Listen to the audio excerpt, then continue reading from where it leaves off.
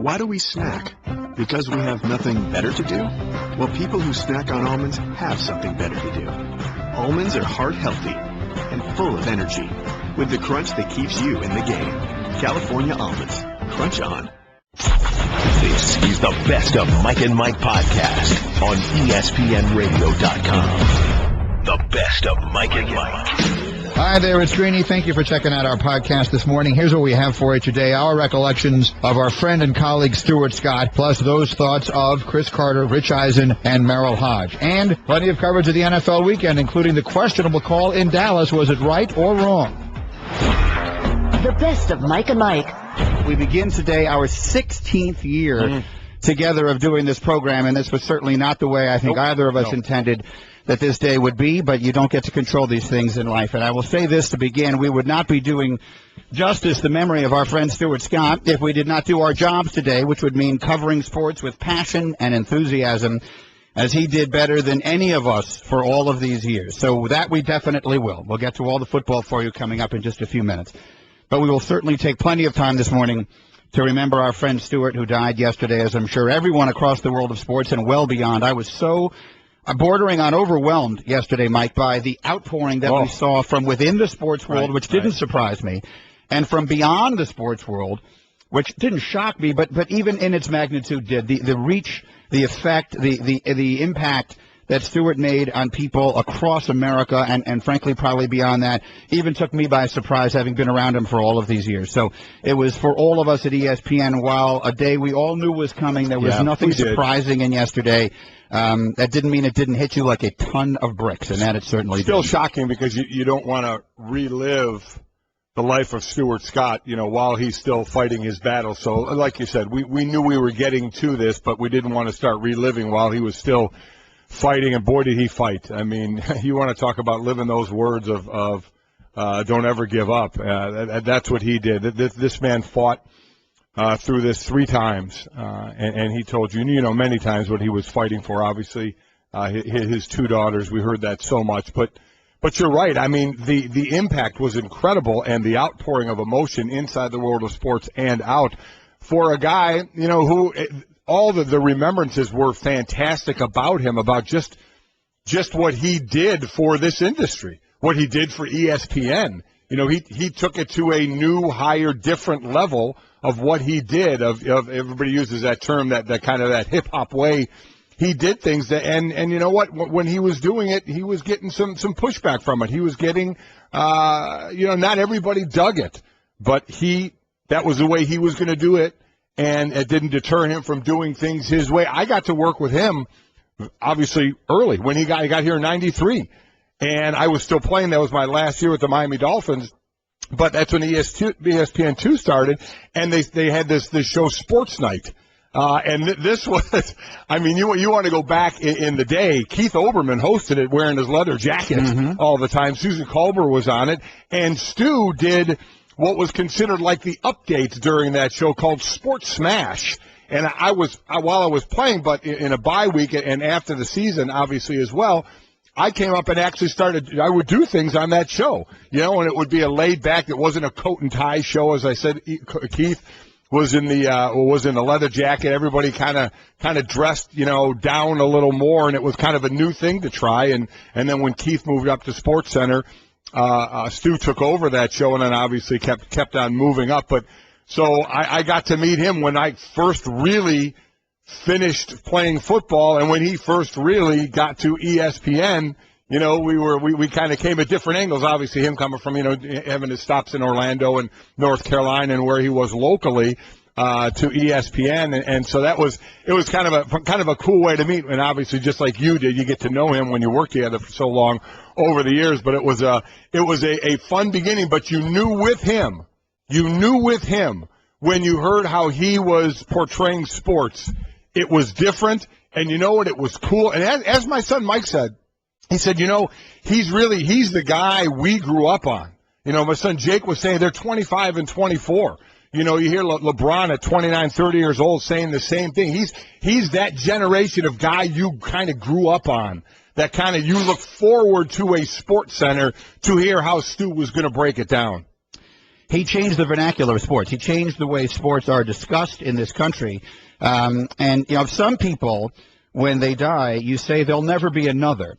But with Stewart, it's the opposite, because Stewart began something that has now spread forever, endlessly and infinitely, and will never stop. He was not the last of his kind. He was the first. Right. And he began something that he started doing something that now everybody does, which is talk about sports in a way that was completely authentic and true to himself, however that might be. And an entire generation, if not now 2 generations of sportscasters, and I think perhaps even beyond that, broadcasters, have taken that lead and gone in their own directions, whatever they may be, including people like us who have gone off and done our thing in at least some way, having been inspired by Stewart's ability and willingness to do his thing his way. Now, the 2 things that I wanted to start with today on this, and we'll have all morning to talk about Stewart. The 2 things that struck me yesterday most were, first, I got calls yesterday from people in my life who never met Stewart in their lives to, first of all, under the auspices of offering me their condolences, which is lovely and appreciated, but obviously we're not the ones who suffered the loss here. You think of Stewart and his daughters and his family and all of that. But mostly, my friends were calling me to tell me how sad they were. Yeah. And that's amazing. People who never met Stewart, his influence on people was such that people who never met him in their lives felt as though they had lost a friend, or in some cases even someone closer than a friend yesterday. That's how much of an impact he made, how indelible the image that he made upon people was. And the other, and it's a pretty good story, I think, about what kind of person Stewart was. I got to ESPN in the summer of 1996, and that was at the apex of the beginning of Stewart's popularity. He had come over to SportsCenter. Mm-hmm. He and Rich Eisen were doing SportsCenter together. That was at a time when SportsCenter, for those of you who aren't old enough to remember, SportsCenter, there were no apps then. There were no. You didn't have an iPhone. You got your sports news by sitting down to watch SportsCenter. And in the early evening, that meant it was Bob Lee and Charlie Steiner and Robin Roberts. And at 11 o'clock, it was Dan Patrick and Keith Olbermann. Right. And that overnight SportsCenter, which aired all morning long, was Rich Eisen and Stuart Scott. And they were iconic. And Stewart was as big a deal as you could possibly be. And I walked in here. I was a 29-year-old kid. With who no one knew at all. And one of the first couple of days that I was here, my mother drove up from New York to help me, move into an apartment. Right. Settle my stuff and all of that. And so I brought her into ESPN, and I had a little cubicle in the middle of the newsroom, in this area where everyone's cubicles used to be. And my mother is there. My mother, as you know, is a huge sports fan, so she knows who everybody is. Stuart Scott walks over to me and to my mother. I have never met him in my life. Walks over to my mother and me and welcomes us to ESPN and says, "Hey, Mike, how you doing? I'm Stuart Scott. Nice to see you." And I introduced him. I'm Mrs. Greenberg. How are you? Welcome to ESPN. You're going to love it here.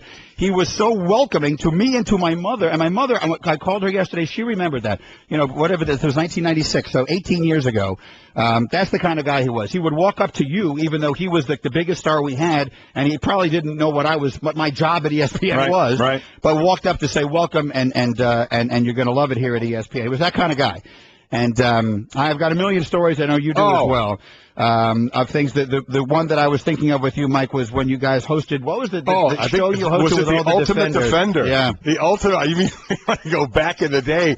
Really, yeah, the Ultimate Defender. It was obviously like one of these after the season events. It was just for defensive players like linemen and linebackers, and he was the host and I was the analyst. So we obviously through our times here, both you and I in different ways got to spend a lot of time with him. But just a great guy. You know what he was? He was appointment listening. He was appointment viewing.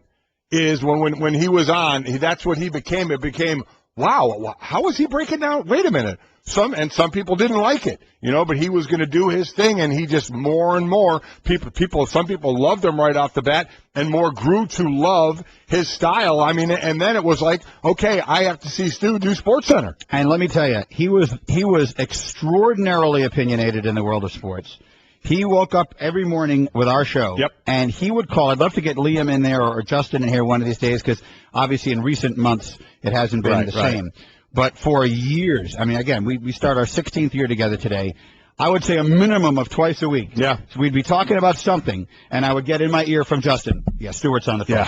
Yeah. and Stewart would call, and the one, as I was thinking about it yesterday, the thread of commonality of all of his calls was the perspective he always took was the one of giving someone a break. Mm-hmm. He would call when we were being too tough on somebody, when we were being unfair to somebody, when we weren't looking at it from a human point of view. That was Stewart's take always, was to come from a place of genuinely of kindness and decency and giving someone a break. So we have a million stories, and I want to sort of spread them out over the show. We have 4 hours to do it today. There's no way we could not start the show. No, we'll get to all the football here in a second. Yeah. But then there was the outpouring yesterday from across the world, and we'll play you pieces of that. I'll start with Kobe Bryant yesterday. The president released a statement, as I'm sure everybody saw, which is amazing. I mean, a sportscaster passed away yesterday, and the president of the United States released a statement. I mean, that's really something. Mm-hmm. That isn't going to happen for most of us. No, it is not. But amongst the other legends commenting on Stewart yesterday was the great Kobe Bryant. The sports world lost a legend. I certainly grew up wanting to be on SportsCenter just to, have him comment on a highlight or two of mine. He's really changed the vernacular of sports and add such a kind of a hip-hop culture, to the sports game. And he battled hard. Can't say enough about what an inspiration he's been. I think it got to the point where, as an athlete, as I said, I was just finishing my career, but it's not like I was in a lot of highlights and talked about. But as athletes thought, how is he going to do my highlight? If I had a highlight, how is Stu going to break it down? Am I going to get a booyah? Am I going to get one of his catchphrases? I think athletes really looked forward to that to see how he was going to break their game down. I can tell you from having traveled with him and from having seen the reaction of athletes here when they come through ESPN through Bristol, they were starstruck meeting Stewart. Yep. And at a time when we had a lot of big stars here. I mean, Keith and Dan were enormous. Obviously, Chris Berman and Bob and all those guys. Robin was here and many others who have become very famous. But there was something about Stewart that was different. There just always was. And athletes, the biggest athletes in the world, the biggest athletes you ever saw in your life. I did a commercial, a SportsCenter commercial with Stewart and Andy Roddick. And Andy Roddick walked in. I had a bit role. I was just sitting in the room. Yeah. The commercial was Stewart and Andy Roddick. They cast me in it to sit there and look amused. And which I did well, by the way. But Andy Roddick meeting Roddick meeting Stewart was like Andy Roddick meeting, Rod Laver. I mean, whoever his idol might have been. Right. He was so excited to meet Stewart. It was unbelievable. And that was indicative of the impact that Stewart had on people. So, we loved you, Stewart. And, well, there's only one way to honor him, and that's by doing what he would do is break down sports, and we can't do it as well, but we're gonna do our best. That's exactly right. So we'll have much more on that as the day goes on. Let's get to the NFL action from yesterday. Here was the big play. Stafford up under center. He takes, turns, fakes the gift to Riddick, steps in the pocket, looks, throws deep, incomplete. No flag. There it is. Yes, sir. Pettigrew is the intended receiver. Anthony Hitchens never turned and located. That'll be pass interference on the Cowboys. Now let's see. Now what just happened? Are they saying no flag? They're bringing it back. Wow, both teams had gone all the way down there. So the Lions are going to be looking at 4th and 1. What? Now hang on. Were they offsetting penalties? What do we have? All I heard was interference, Dallas. Now I've got nothing. That's all anybody heard. 97 won the ticket in Detroit, and I think the one sentence you heard from the analyst in the middle there, which was, what is going on, is exactly what everyone was thinking when that happened. I hate to see a play like that in a game like this, which was an extraordinary. You had 4 games this weekend. 2 of them were bordering on unwatchable, and then 2 of them were phenomenal. I thought Pittsburgh-Baltimore was a tremendous football game. Completely agree, yeah. And then this one was an incredibly exciting football game to watch.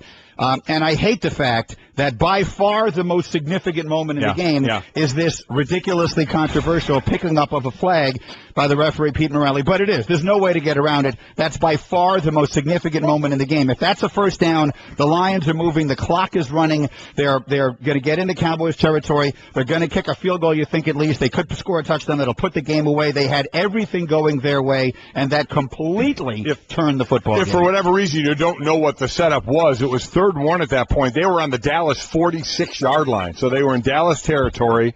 As I mentioned, it was 3rd and 1, and there was about 8:25 to go in the game while they're holding on to a 20-17 lead. So, as you said, it's going to give them a first down. It's going to put them close to field goal range. They're still going to have the ball to run more clock. Who knows what's going to happen after that?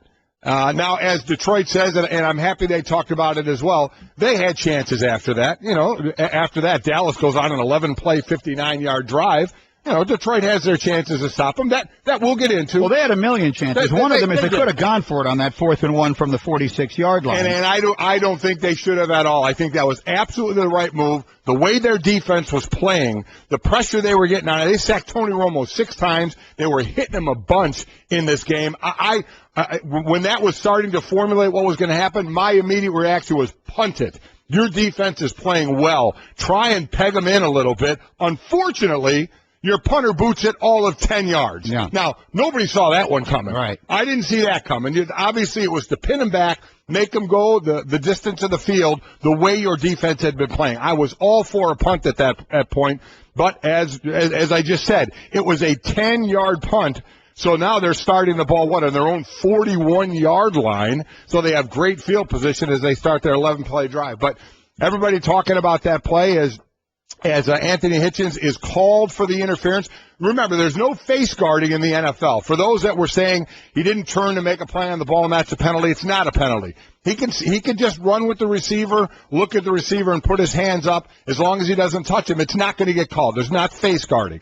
But if there's contact, what's going to happen if you don't turn back and look at the ball? You are really going to get looked under the microscope if you make any contact at all because you're choosing not to make a play on the ball. So that's what referees are going to do. And the back judge in this case saw that there was contact. Oh, by the way, there was contact. Interesting. Brendan Pettigrew, by the way, had Hitchens' face mask. Yeah. When you look at that thing in slow motion, he actually had Hitchens' face mask to begin with.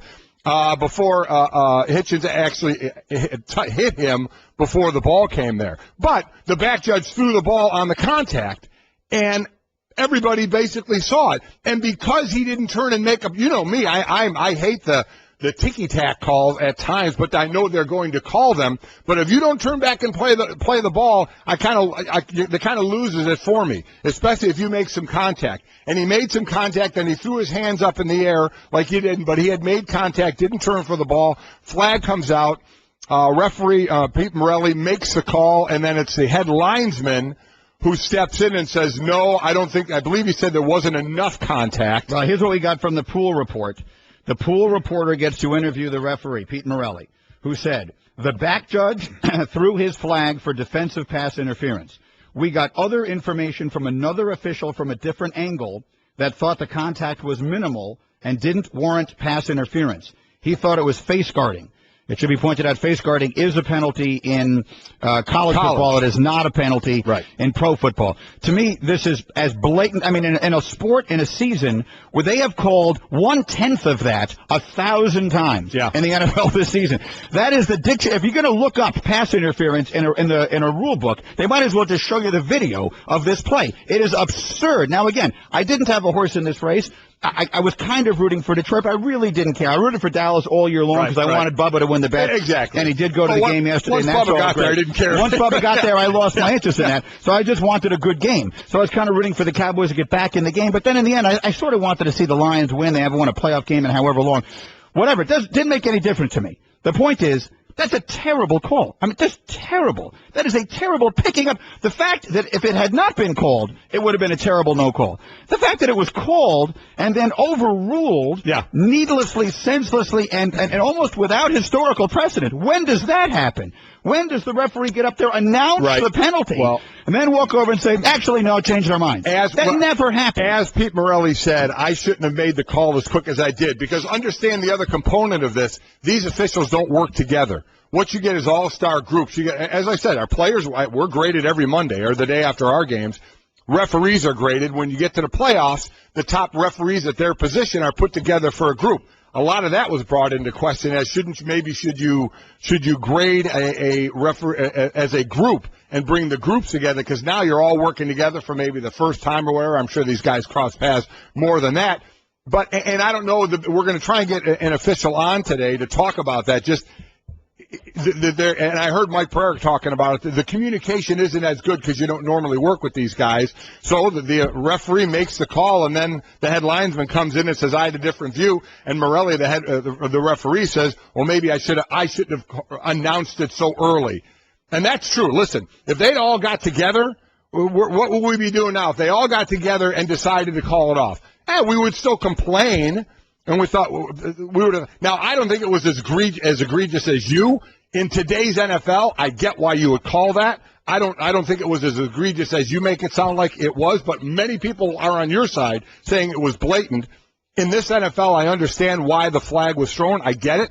But if they were all huddled up after that and decided to say we're picking up the flag, there would obviously be less going on right now than every conspiracy theorist out there saying that the league wants the Dallas Cowboys, to move on. Right. I'm not saying that. I just think it was a terrible call. And yes, maybe it would have made a difference if there was a crew that works together all the time, but not much of a difference. To me, if that's not called pass interference in the 2014 season, I agree with that. Bleeding over into January of 2015, then it is completely inconsistent with the way they have officiated the entire NFL season. That I agree with. And it is a call that does go a long way. You're right. It doesn't decide the game, but it is an enormous call. They should have a 1st and 10 on the 30-yard line, and the clock is going to be running. A touchdown ends the game. A field goal, still makes only 6 points. Field goal doesn't end the game because Dallas did actually score a touchdown, but you never know where you're going in that game. But the bottom line is they could have put some points on the board and ran off a lot more time. Lions coach Jim Caldwell. I don't ever think it really comes down to one call, but, calls are crucial during games like this, and everything's so tight and everything's on the line. Teams playing so hard, just, to have something that's so questionable that occurs, that's concerning. What did they say to you exactly about it? They didn't give me a good enough explanation. I'll just leave it at that. No, there is no good enough explanation. Mike and Mike presented by Progressive Insurance. Now you can test drive Snapshot to see how much you could save before switching to Progressive. Visit progressive.com/snapshot. We're also brought to you by Quicken Loans. Quicken Loans engineered to amaze. And, a lot of people are wondering, should there have been a second penalty against the Cowboys on that play when Dez Bryant, who was on the offense and the defense was on the field, came running out without his helmet on to argue with the officials about the call. So there's that. Is that a penalty? Should that have been a penalty as well? The best of Mike and Mike. Mike and Mike. The best of Mike and Mike. If you judge a person's life just by how many years he lived, and Stewart didn't live a very long life, but if you judge a man's life by the impact that he had on people, the passion that he inspired in people, and the fun that he had, then Stuart Scott lived a very rich life indeed. And we thank you for spending this morning with us, where we are honoring him by doing two things. One, by talking about our friend, and two, by doing what he would have been yelling at us all to do. Right now, he'd be calling into the producers saying, tell them to talk about that call, and tell them to go easy on that ref. Because Stewart always would call in, and he would always take the side that was cutting someone some slack. That was the personality that he had. We're Mike and Mike. We're presented by Progressive Insurance. Subway Fresh Take Hotline for the guest today. Merrill will be in here shortly. CC for an hour. Rich Eisen a little later this morning. And we've talked a lot about Stewart today. And I love that picture. I showed you a picture of Stewart holding my daughter Nikki when she was 4 months old, which is my favorite picture and my favorite thing about my favorite memory that I had of him when I had it yesterday. But something else that I thought of that I just thought seemed worth saying today, because I don't know that I've heard anyone else say it. And in the pantheon of things about Stewart, it is low. I mean, Stewart, first and foremost, was a great family man. He was a great father to his daughters, and passionate about it and enthusiastic about it and talked about it all the time. So that's obviously the most important thing. And then he was genuinely a trailblazing broadcaster. His style and his courage to do it the way he believed it should be done, to be himself up there on television, which now seems like a no-brainer, largely because of the walls that he tore down by doing it with such good humor and such talent. That's the second most important thing. All the people that he touched and entertained, and the way he changed the conversation. He changed the way sports are discussed in this country. Those are by far the most important things. And the next is that he was just a whole lot of fun to be around. He was a person, he was a ball of energy. He was as sick as you could be. and he had more energy than you did when you were standing and talking to him, which was remarkable. All of those are the most important things about Stewart.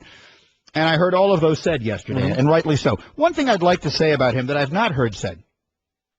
When I first came to ESPN, I wanted to be a SportsCenter anchor. I was initially hired to be an anchor on ESPN News. Right. And like all of us young guys who were starting out on ESPN News at that time, and only 2 of us are still here, we started out almost as a pledge class. Yeah. There were 11 of us that started together. And they're all over the country now, Dave Feldman and Ian Page and Chuck Garfine. I don't want to leave anybody out, Pam Ward. But the only 2 that are still here are John Butchergrass and myself. Mm-hmm. But when I started here, I wanted to be a SportsCenter anchor. Sure. I wanted to be Stewart or Rich or Keith or Dan, one of those guys. And everyone wanted to be like Stewart because Stewart was just so darn cool. Mm-hmm. And so I paid a lot of close attention to the way Stewart did his job. And let me tell you, what has not been said, beyond the catchphrases, beyond all the cool stuff, beyond integrating the hip-hop lyrics and all that kind of stuff into his presentation, which is what he will justifiably always be remembered for. From the pure fundamentals of broadcasting, he was excellent. Excellent. What they tell you to do when you get here, if you're going to do highlights, is never just tell the viewer what they're already seeing. Sure. Don't say there's a base hit to right. They're already seeing that. Everyone can see it's a base hit to right. So your job then, the way I was taught to do it, was you got to put a ton of stats and information into your highlight. So what you will remember Stewart for was when he would say cool as the other side of the pillow, or he's calling butter because he's on a roll, and all the booyah, of course, which my kids today say, and they don't even know where it started. But beyond that, he would interject an enormous amount of information into his highlights, which really is the job of a SportsCenter anchor. And I learned that from listening to him. I would listen to these guys, I would tape their shows, and I would listen to what they were doing, and they all did it. But I don't know that anyone did it any better than he did. So for all the things that are going to be remembered about Stewart, this is certainly not the most important. But he was, in addition to being memorable because of the style of his presentation, he was just flat out good. He was a pro up there. He was. Yeah, it wasn't fluff. Yeah. Really good. Yeah. He was to make a ridiculous analogy, he didn't just throw 80-yard touchdowns. He managed the game as well. Right. He was a very, very good broadcaster. The best thing you and most could do is not try and copy him. You know, well, he was uncopyable. It's like when we get some cool guys on the show here, and you try and be cool. That's what I would. If all of a sudden you started trying to throw out lines like that, Stu's doing that. Let me think of my own catchphrases. Yeah. God only knows what you would have come up with. He was. I mean, it was better just to be so good. His friend and colleague than try and emulate, his style, because his style was all his own. And you're right when you said it before. His style now really inspired a lot of others to take chances as well. It's not like it was his style and now because he won't be doing it anymore, that's gone. There will be others that will try and do it and will do it well.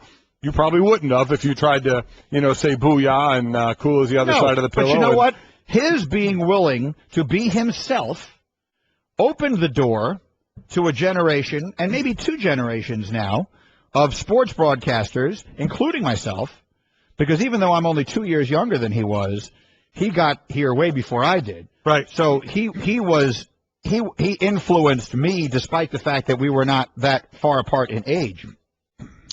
But his willingness to be himself on the air, which takes a lot of courage, a totally different kind of courage than coming home from chemo treatments and doing P90X workouts, which he was also doing, by the way. That's a whole other kind of courage. But it also does take courage to get up there and be yourself. And I think a lot of us, myself included, learned from that. Because for whatever flack I take, just for being me, for openly rooting for teams on the air, or whatever it is that I do in my presentation, multiply it by 1,000,000.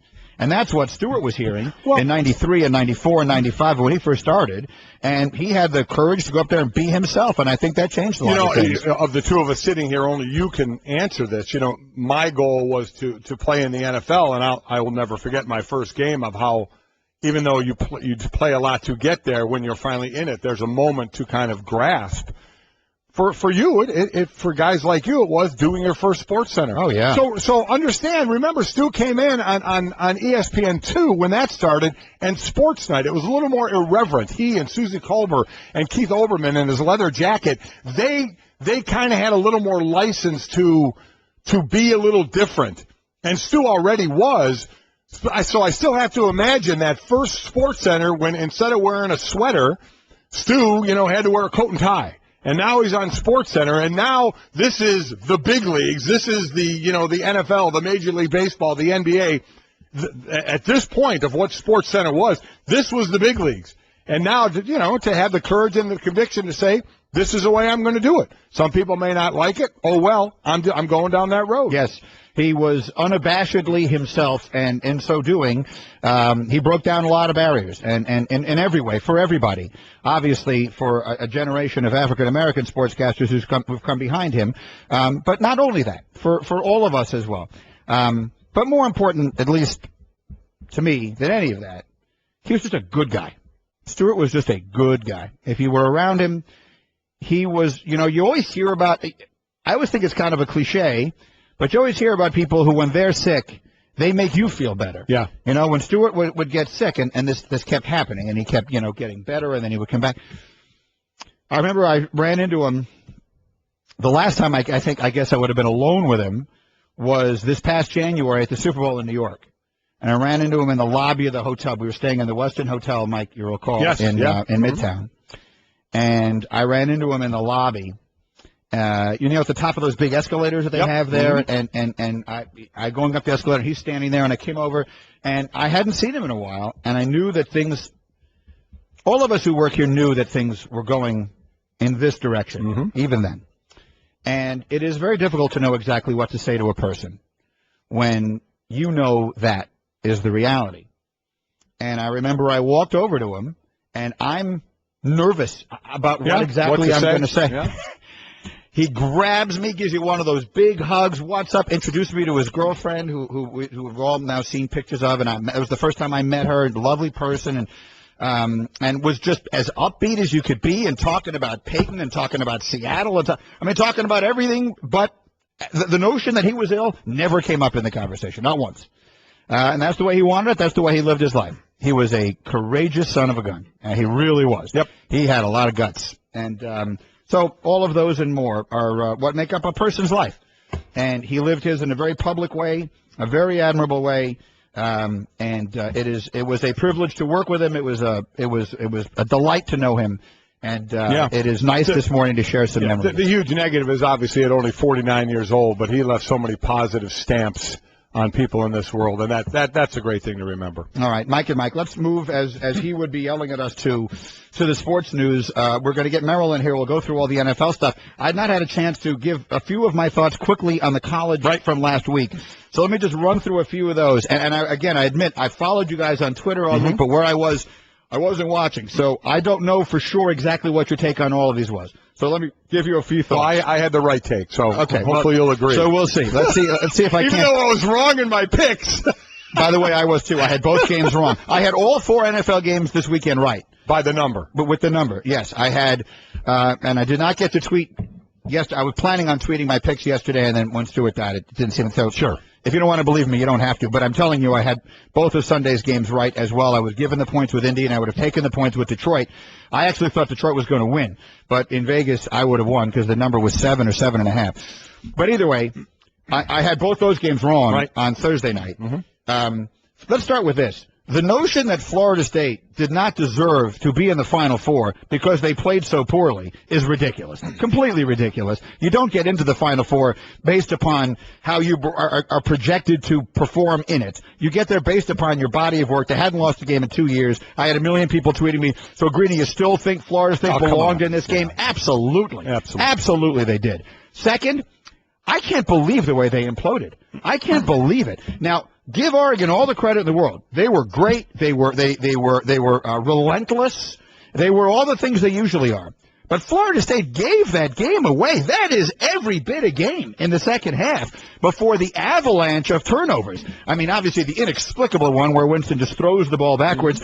By far the funniest thing about that play is the ref falling as well. Second later, and all of the memes that it has spurned are hilarious. Yeah, they really are. With Winston. Yeah. But that play and the 2 fumbles by the running back, and then At some point, obviously, it's over, but it was not over when that happened. Well, that's a game, and I think it was going to be a game all the way through if Florida State doesn't just hand it away. Well, yeah, listen. Agree or disagree? No. As I said, I agreed. You missed the field goal at the end of the half. Come out in the second half, you score, or you turn the ball over, and Oregon scores, and you're like, uh-oh. But then Florida State goes right down and scores. You're 25-20. And as I mentioned about the turnovers, outside of Winston's play, look at the turnovers. They were at the end of big-time positive plays. Yeah. Whether runs or throws, they had gained a lot of yards. Correct. And then fumbled the ball. So it wasn't on bad plays. It was on positive plays, save for Winston's fumble, of going down the field. So, yeah, it was a game. Now, eventually, would Oregon have worn them down the way, because there was, at the end of this one, it was a wearing down and the wind was completely out of the sails of Florida State. We'll never know, but I agree with you, and I said that as well. This was a game. And then you have to give Oregon credit for causing, outside of Winston's, the turnovers, ripping the ball out as well, and then just putting their foot on the gas pedal and doing what they did. Mariota is a great college player. He is a great college player. I don't know what I think, and this is going to be a great discussion to have leading up to April and May, just how well he projects to the next level. We're going to get everybody on. We'll have plenty of time to get opinions. But what is indisputable is he is a magnificent college player. Yes, he is. And he was magnificent that night. So they deserve to win.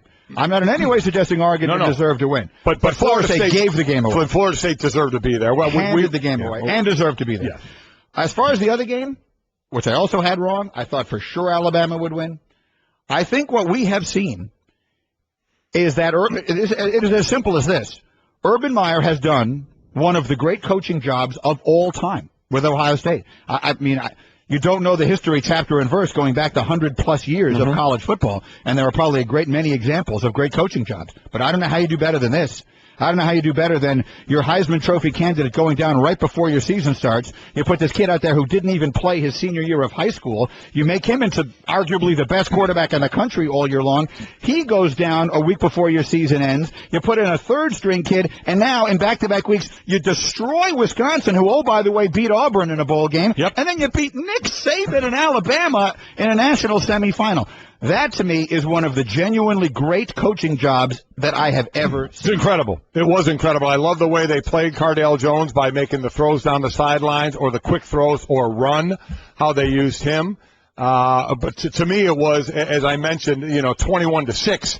And then 2 scores before the half. Instead of going into halftime 21-6, you're only down 1 point, and you get the ball in the second half, of which you go down and score, and all of a sudden you're up 27-21. But I'm with you as far as the coaching job. I mean, what are you going to say? Not only the changes, but you're down 15 points in this game to Alabama, and you're able to come back at the end of the half and then obviously continue it on. Really incredible. Really looking forward to this title game. Obviously the big story, can the defense of Ohio State keep up and keep pace with an offense that averaged 20 seconds per play, and that is skewed because at the end of the game they were burning the clock to run because they were winning by so much. Right. You're talking 13, 14, 15, 16 seconds of play to try and wear you out. So a lot to talk about with that, but it is a great college offense to watch. We are headed down to Dallas. We're going after the show tomorrow, and we'll be there live in Fort Worth all of next week, or all the rest of this week, Wednesday, Thursday, Friday, and Monday, getting you set for the championship game. So we certainly look forward to that. All right, Jerry Austin, longtime NFL official and now ESPN contributor, is standing by. He'll join us in 60 seconds to explain if indeed this thing went wrong yesterday, right, where it went wrong. Mm-hmm. We both think it went wrong. Yes. We'll see if Jerry agrees. That's 1 minute from now on the controversial non-call in Dallas after this word from YP.com. Sure, you know online marketing is critical to growing your business, but where do you start? You might know a tech-savvy person, but online marketing is much more than building a website. Getting found online is complex, challenging, and always changing. The best place to start is YP. They're the largest marketing agency for local businesses in America. Over 80 million potential customers search YP.com and the YP app each month, gang. YP can help you with marketing services from web design to search engine marketing. Right now, YP is giving you a free business scan, the essential first step to being found online. They'll measure your company's health across online directories and search sites, includes Google, YP, Yahoo, and dozens more. Check the accuracy of your business information. See how hard it is for customers to find you. Potential customers are searching for you every day, but can they find you? YP can help. To start your free business scan, visit myfreeyp.com, myfreeyp.com. That's myfreeyp.com. Stafford up under center. He takes, turns, fakes the give to Riddick, steps in the pocket, looks, throws deep, incomplete, no flag. There it is. Yes, sir. Pettigrew is the intended receiver. Anthony Hitchens never turned and located. That'll be pass interference on the Cowboys. Now let's see. Now what just happened? Now what just happened? I'll say it again. That, to me, is the best moment of that call out of Detroit yesterday. What just happened? What happened was, upon further review, they picked up the flag, they walked away, and they said it was not pass interference. The Lions are still shocked. Their fans are still shocked, and quite frankly, I'm shocked. Let's bring in longtime NFL official and now our very own at ESPN, our friend Jerry Austin, is on the Subway Fresh Take Hotline. Jerry, good morning, Happy New Year, and let's just start right there. In your mind, first and foremost, was that pass interference? When I first saw it, there's contact. The question you ask yourself, is the defender playing the man or is he playing the ball? Well, he's playing the man. So now that makes him put some restrictions on him. And then the ball is thrown. The one thing that I would say that makes that not a foul is that the receiver is still going away from the ball. Watch his feet. They're going away. So that makes the contact basically incidental. I don't think the flag should have been put on the ground. But once the flag's on the ground, I think it should have stayed. Well, tell us then about the process. So the flag is thrown and then the process of how it got overturned, but after the referee made actually the official call. Well, someone came and had to talk the calling official out of it. I looked in what I could see on TV. The primary coverage official did not throw the flag. It came from one of the other officials, and someone then talked him out of that call. It should have been picked up. But when you look at it first, you say, oh, that's a foul. Well, to be a foul, he has to materially affect, one player has to materially affect the other from being able to make a play on the ball. And if the receiver had stopped and reached back for the ball, there'd have been a clear foul. But the receiver keeps going away from the ball, as the defender does. So the ball hits the defender in the back. That's just incidental contact and not a foul, and a flag should not have been put on the ground. But as I said, once it's on the ground, I think you have to stay with it. The explanation. Sorry. Go ahead, Jerry. I'm sorry. Well, if you're the supervisor or the coordinator of the officials, then you've got enough contact. You defend it based on the contact. But I don't think there's enough there, given the time and circumstance of the game, to say that it materially affected the receiver and that it should have been a foul. The better call there is no call at all. Now, the referee, Pete Morelli, who was the one who announced the penalty and then picked up the flag, said in his comments to the Pool Reporter, the back judge threw his flag for defensive pass interference. We got other information from another official from a different angle that thought the contact was minimal and didn't warrant pass interference. He thought it was face guarding, which, by the way, is a penalty in college, but not a penalty on the pro level. So some people will bring up the fact, Jerry, that in the playoffs they put together, for lack of a better word, all-star crews. It's not a referee and his regular crew, but instead it is just the guys who were the best at each of their individual positions, and maybe some of the issues with communication here can be attributed to that. Do you think that was a problem, and do you think that's something the league should look into changing? No, I don't think that was an issue at all. When I was in the league, I'd rather have the best guy at each position on my crew whenever I went into a playoff game. If you took your crew, you may have had a guy that you kept supporting and all year long, even though he might not be making the right call or should have been making some calls, and you got your whole crew out there. Your whole crew may not be the strongest, But whenever you take the best from each position, that's the strongest. And the back judge has secondary coverage on that play, and they used the right process to pick up the flag. But once the flag was on the ground, given the time and circumstances of that play, you got to stay with it. Is it supportable? Minimally, it's supportable that it's a foul because there was contact and he wasn't playing the ball. The key factor is, what did the receiver do to earn a call? Did he do anything to earn the call? No, he's still going away from the ball himself. He was not reaching back for the football. Jerry Austin again joining us, worked as an official from 82 to 2007, officiated 3 Super Bowls as well. Just a little bit of time left here, Jerry. After that call was made, Dez Bryant, who was on the sideline, because he's on offense, ran onto the field, had no helmet on, ran onto the field to start to argue the call. Should that have been an unsportsmanlike conduct penalty? That's one where if your first, if the official, when he first sees him, you want to get him back to the sideline.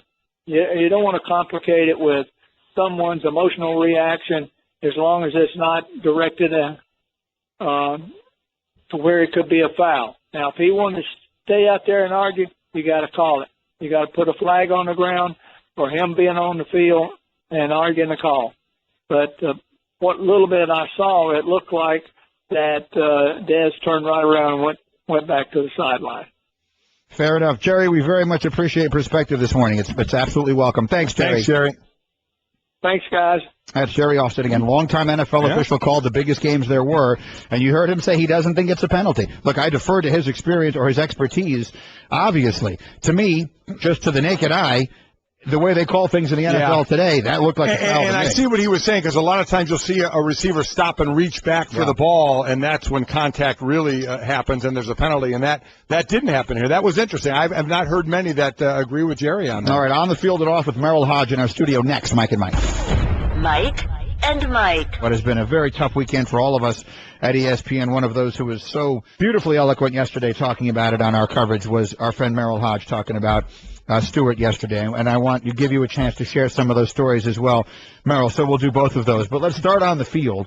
I don't know if you heard Jerry Austin with us just now, but he was saying he thought that based upon the fact that Pettigrew, the receiver, is backing up and never started moving back towards the ball, that he would have ruled that incidental contact and doesn't think it should have been a penalty. Now, he said that once the flag was thrown, it shouldn't have been picked up, but initially he didn't think it was a penalty. I certainly didn't see it that way. How did you see it? Well, it's kind of interesting now that he has made that reference. I was glad, actually, the flag was picked up. But you're right. Once it goes down, I just think you got to stay with what initially you called, because your instinctive reaction was A. But, I guess I tend to fall more on, sometimes in these situations, the defender side. They've been so handicapped anyway. You can't even lay a hand on them. And I just didn't sense, aside from the left hand being on Pettigrew, I just didn't see it as being so egregious that would be pass interference. There's so many other calls that are like, what? I just thought this one was best to let go. I know people thought, the officials, you don't want to ever be a focus of any playoff game, really. At the end of the day, you just don't want that to be a part of it. But I just didn't see it as pass interference from the very beginning of it. These guys the rules are so hard against them right now. I just didn't see it like it was. You heard Jerry Austin say that he didn't feel that Pettigrew was continuing to go backward, but listen, and I have been one yelling and screaming about some of the ticky-tack calls, but I understand this is how they're calling the NFL of today. In my view, Pettigrew did reach back for the ball. He may not have stopped because his momentum was taken back. He was going back for the ball. And where I'll disagree, and I don't have a problem with the flag, and remember, face guarding is not a penalty. You can stand there and have your back to the ball and face to the receiver. It's not a penalty.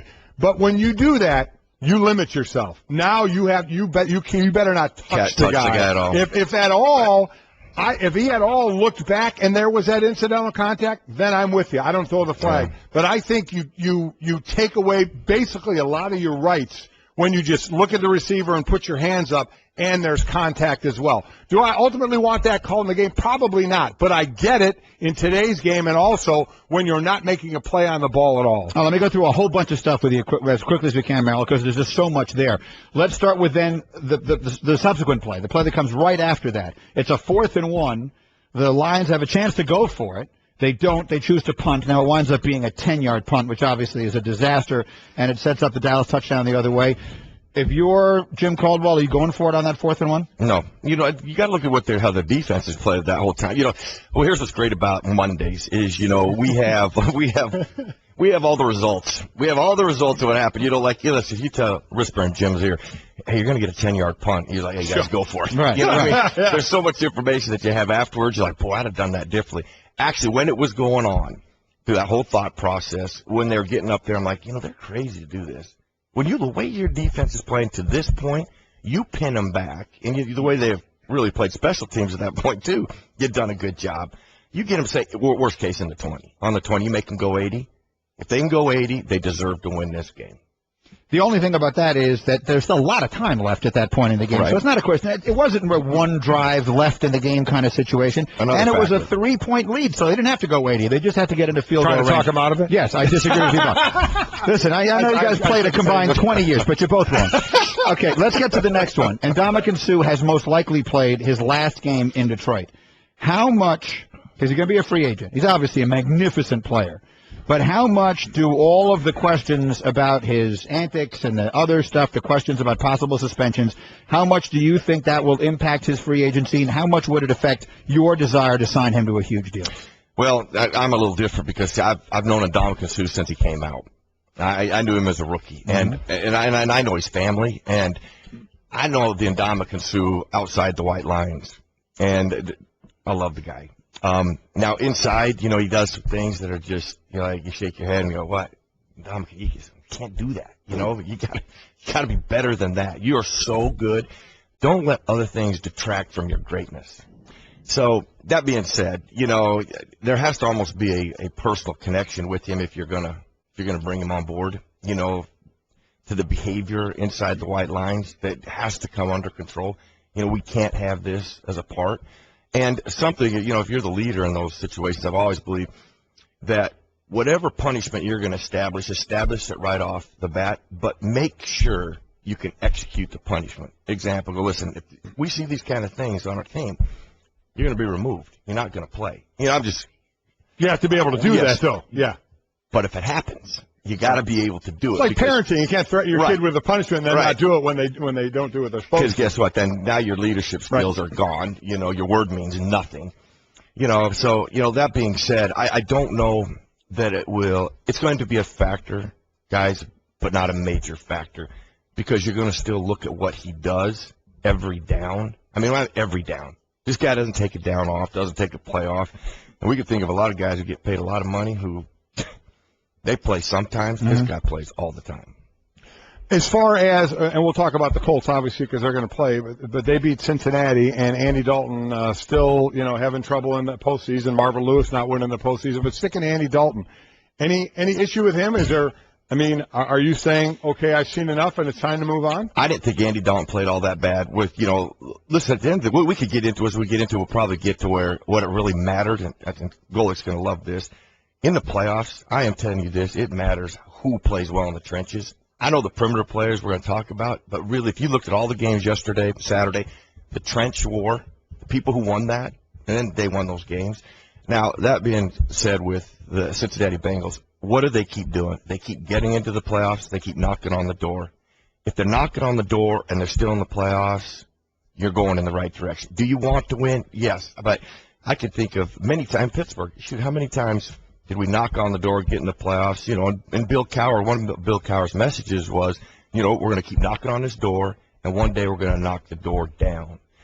Now, if you're not knocking on the door, then yeah, I think you make a change. And then I think you have a big problem, but they're still knocking on the door. So you don't make a change. You have to stay the course. You know, they didn't have A.J. Green, and that's a big factor. You know, not having him is huge. And I thought aside from that, watching it on TV, I thought, actually, Andy Dalton played pretty good. Yeah, and it's all well and good knocking on the door. to change quarterbacks, you have to have someone to change to. It's not like changing shoes. Right. Who you're going to put in there? Exactly. Just ask the folks in Arizona how easy it is to find someone else who can play. All right, we'll keep Merrill here. We'll take a short break. We'll come back. Of all the stories that I heard told about our friend Stewart yesterday, I think yours was my favorite. I loved it.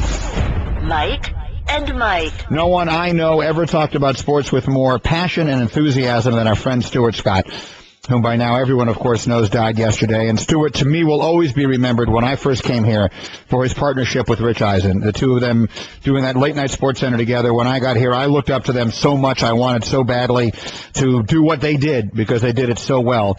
And as I said, when I saw when I saw Rich on NFL Network with his tribute to Stewart yesterday, it brought me to tears. So it's our pleasure, to some degree, if you would use that phrase today, to bring Rich Eisen in with us on the Subway Fresh Take Hotline. Rich, Mike and Chris Carter, how are you feeling this morning? I'm okay. How are you guys doing? We're well. I just hear you. I hear you guys talk about Stewart being dead, and I still can't believe it. Yeah. I can't believe it. Now, Peter King and his headline on his Monday Morning Quarterback column refers to the late Stuart Scott. It's just odd, yeah. That wording just sort of smacked me in the face. Go ahead, Rich. I just want to give you the floor. I mean, you were very eloquent yesterday. Thank you. Yeah. What thoughts are going through your mind? What memories? And anything you want to tell us about your thoughts on Stewart today? We'd love to hear. Well, it's all so personal. I mean, well, I'm driving to work, so I got to sort of compose myself when they have to pull over. I mean, it's just. He just was truly the most joyful, full of life individual I have ever come across. And it's just real, as you said, Greeny, when you first got there, you have memories and fond memories of your first time walking into Bristol, as did I. I was 26 years old. And, I met my wife there. Susie, who was a producer for Sunday Morning Sports Center when I was there and you were there. And Stewart was such an integral part of being there for my courtship of her and, and talking about how we should date and have kids and be married and live life. And, this has nothing to do with sports for me sometimes when I'm talking about Stewart. And then I see the President of the United States putting out a statement to talk about his passing. And LeBron and Tiger and Michael Jordan tweeting about it, and players on the Colts and the Bengals crying about it before a playoff game. I mean, I don't know what words I could add more than just how special he was and what a clear place in the sports fan's heart that he will forever hold. So with that, Rich, take us back to the beginning when the two of you were paired together and, on Sports Center, the Valhalla of sports. Getting to do that show, and just with his style. So the first show you guys did together, and he's doing his thing. Just kind of your memories of that. Well, I mean, I didn't really know him very well, other than just being on Sportsnet on the Deuce, and him starting his Sports Center career. And that's the beauty of what we did together. Is I'm a white Jewish kid from New York who loves Seinfeld and grew up listening to Marv Albert. And he's an African-American from North Carolina and Chicago and completely different roots. And the way he was doing his Sports Center style was completely new. I mean, at least I was doing some form of broadcasting that could absolutely be called derivative of Keith or Dan or Marv Albert, or a guy who I grew up listening to in New York named Jerry Gerard on WPIX. What Stewart was doing was completely new, and many times I had no idea what he was saying or talking about. But a story that I told on NFL Network on Game Day Morning yesterday, I was talking with Michael Irvin, fellow Hall of Famer Chris Carter's, which I'm pleased to say. I would look over to him and not know what he was saying. And one time on a commercial break, after I dropped the Seinfeld reference, he turned to me and says, "What was that?" And I said to Stewart, "That's from Seinfeld." And Stewart says, "Brothers don't watch Seinfeld," And so we were both doing our own thing. And I don't know who, it could have been Norby or Bornstein or whomever. Somebody in management saw this and said, "This is working," and I never thought why they would think it would work putting the two of us together. But it's something I'm so honored certainly on a day like yesterday and today, to be just so closely associated with a human being. No, not just sportscasting, a human being like Stuart. Mike and Mike, Rich Eisen is with us. And as a final thought, Rich, I was overwhelmed. I said earlier this morning, I will live the rest of my life in awe of the courage and the attitude that he displayed through this battle that he waged for the last several years, which the kind of thing that I think would crush the spirit of so many people, and it never did, literally, at least to my knowledge, to the very end with Stuart. What connection did you have then? What sorts of conversations were you having with him as it got closer to the end? Well, I mean, I would, Stuart used a phrase from his great sport that he loved so much. Stuart tightened his rotation in his final years and months and weeks and days, and I would send him texts, and I get a response every now and then. Certainly, I sent him a text after the way he handled the trophy presentation to the Spurs this past year. I mean, it was pitch perfect, and that is not an easy thing to do with all of the confetti coming down, and the questions are usually, how do you feel? And the way he handled it was perfect, and I texted him to let him know that, because you also knew that he couldn't have been feeling very well. But just real quick, because I know you're probably up against the end of an hour, the fact that he's dead is so surprising to many because of how full of life he was. And the thing that must be remembered is how much he loved his kids. You know, and you're all family men to whom I'm speaking. I mean, Greeny, you've written books based on your sportscasting and how you're a dad. That's Stu. That's Stuart, and that's the reason why everybody should go hug their kids if they have them, or any loved ones, because that's what Stuart would want you to do. He really would. And, that's why I love him. It's well said. Rich, thank you very much. Thanks, you moved us to tears yesterday, and well done, and my best to Susie and everybody, and we'll see you soon. Thanks very much. Thanks, Rich. Danny, I'll see you in the Super Bowl, guys. Oh, absolutely. Yeah. See you in a couple of weeks. This has been the best of Mike and Mike on ESPN Radio Pod Center. To hear more from Mike and Mike, log on to ESPNRadio.com and become an ESPN Radio Insider. The best of Mike and Mike.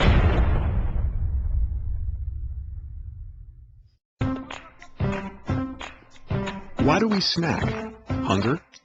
Taste? Because we have nothing better to do? Well, people who snack on almonds not only have something better to do, they're doing it. Almonds are heart health for those with heart. Packed with energy to keep up with anyone. It's that one-of-a-kind crunch that promises to keep you in the game for a long time to come. California almonds. Crunch on.